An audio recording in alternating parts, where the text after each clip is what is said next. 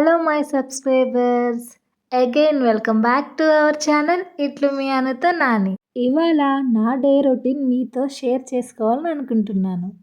ఇలా మార్నింగ్ అయితే లేచేసి ఇల్లు చిమ్మి మాప్ అయితే పెట్టేశాను. ఇప్పుడు మా వారైతే ఆఫీస్కి వెళ్ళిపోయారు. చూసారా నా కిచెన్ పరిస్థితి ఇలా ఉంది. ఇలాంటి సిచ్యువేషన్స్లోనే నేను మీకు ఒక ఐడియా చెప్తాను.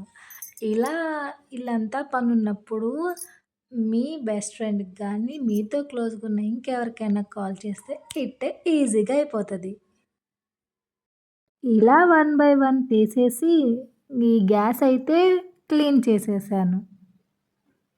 ఫస్ట్ ఇలా స్క్రబ్బర్‌తో అయితే వాష్ చేసి తర్వాత ఇలా తడిగుడ్డతో అయితే క్లీన్ చేసేసాను. చూసారా ఎంత నీట్‌గా ఉందో? ఓకే. మనకిప్పుడైతే ఇంకో పనున్నది. అదే మరి ఈ అంట్లన్నీ తోమేసేయాలి. ఇలా వన్ బై వన్ అయితే నేను తోమి పక్కన పెట్టేశాను. హమ్మయ్య! అంట్లయితే తోమేశాను.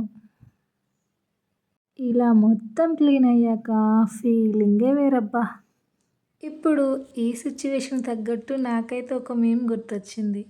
తిరుపతిలో వెంకటేశ్వర స్వామిని చూసినప్పుడు కూడా ఇంత ఆనందం కలగలేదబ్బా! ఇలా కిచెన్ క్లీన్ అయ్యాక ఇవాళ వంట అయితే స్టార్ట్ చేసేసాను.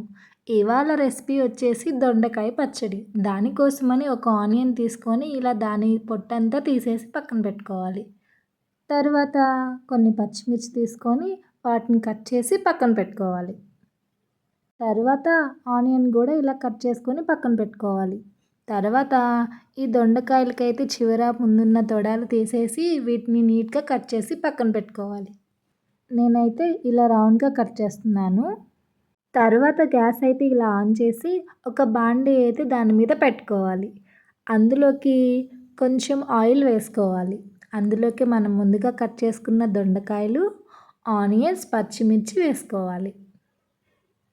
కొంచెం చింతపండు అండ్ కొంచెం గల్లుప్పు అయితే అందులోకి వేసుకొని వేయించుకోవాలి. ఇలా మధ్య మధ్యలో కలుపుతూ వేయించుకోవాలి. తర్వాత దీనిని మిక్సీ పట్టి పక్కన పెట్టుకోవాలి. దీనిలోకి పోపు అయితే రెడీ చేసుకోవాలి. ఇలా రెడీ చేసుకున్న పోపునైతే ఈ పచ్చడిలో వేసేద్దాం. ఒకసారి కలిపి పక్కన పెట్టుకుందాం. మన లంచ్ అయితే రెడీ. చూసారా పచ్చడి విత్ అప్పడం. ఈ డైలీ రొటీన్ మీకైతే నచ్చినట్లయితే do like and share subscribe my channel ఇట్లు మీ అనుతో నాని.